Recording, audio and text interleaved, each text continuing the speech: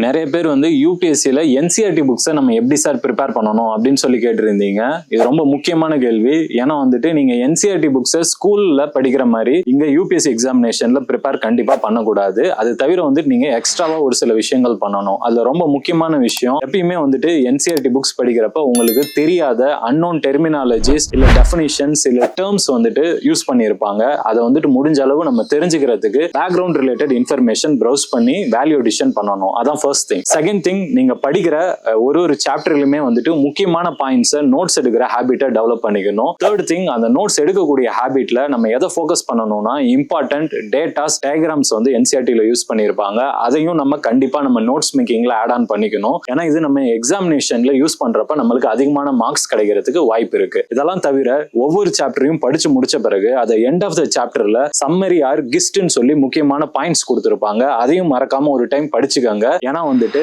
எது ரொம்ப முக்கியமான பாயிண்ட்ஸ் அப்படின்றத தான் அங்க கொடுத்துருப்பாங்க. அதை படிக்கிறது மூலியமா நம்மளுமே வந்துட்டு முக்கியமான விஷயத்த ரீகால் பண்ணி எக்ஸாமினேஷன்ல நல்ல மார்க்ஸ் எடுக்க முடியும். இந்த மாதிரி நிறைய வீடியோஸ் தெரிஞ்சுக்க நம்ம சேனலை மறக்காம சப்ஸ்கிரைப் பண்ணுங்க. தேங்க்யூ.